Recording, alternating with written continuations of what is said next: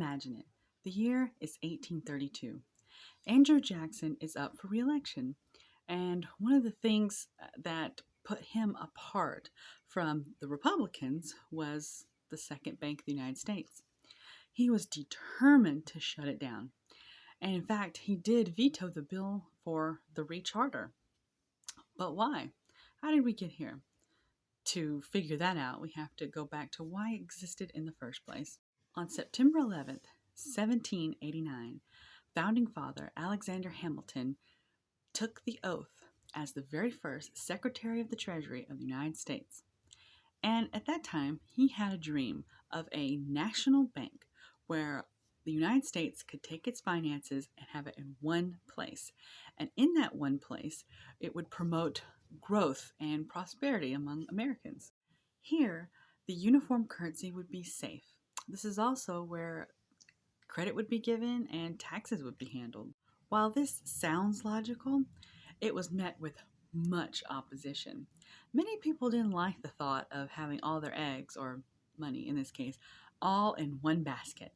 That seemed to benefit more of the wealthy, and really some thought of it as like a downfall for the rest of the country. Nevertheless, 2 years later, the first Bank of the United States opened and was given a 20-year charter. The United States government owned it, but there were also private investors involved. In advance of 1800, the government needed to raise money, and to do that, they sold the rest of their shares in the bank to private investors. But eventually, when the 20-year charter came up for renewal, the government let it go. By 1816, a new bank had taken its place.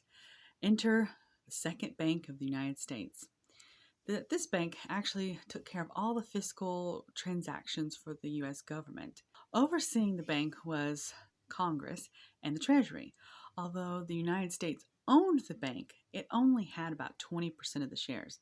Yet again, the rest was private investors, and about 3/4 of the private investors were actually European.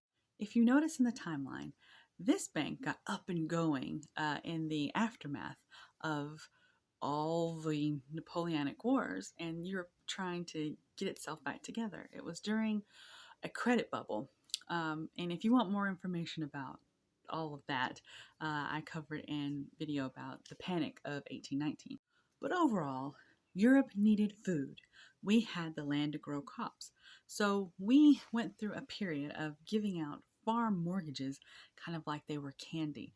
And eventually, Europe didn't need us as much.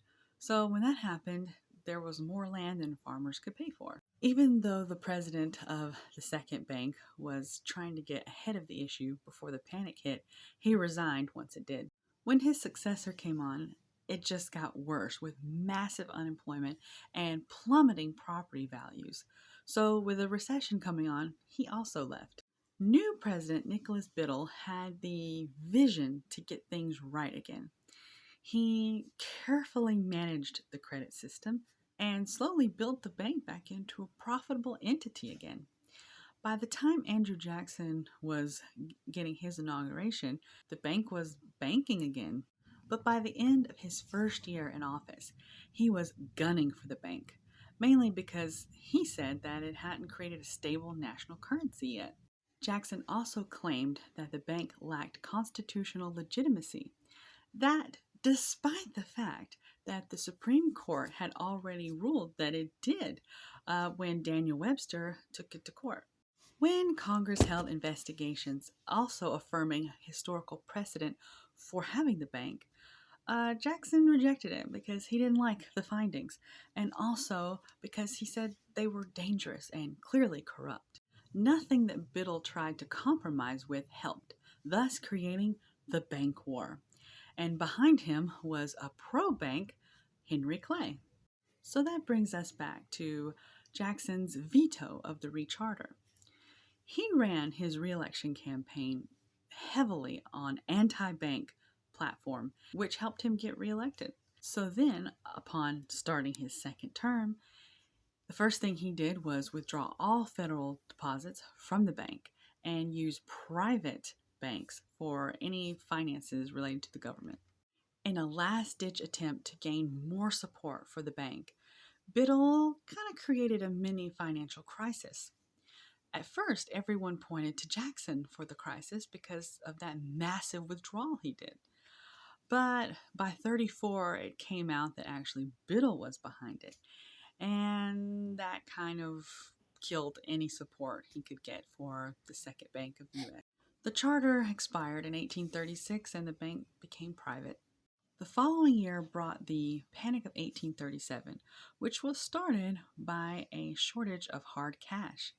This panic actually went on for 7 years, and the bank by 1841 started to be liquidated due to a plethora of lawsuits that came from a stop payment, essentially, which started during the shortage. So they were trying to recoup money they lost. By 1852, the bank was ended after it gave what was left of their finances to the state of Pennsylvania. For more about the Jackson presidency, feel free to check back at my video on his tenure.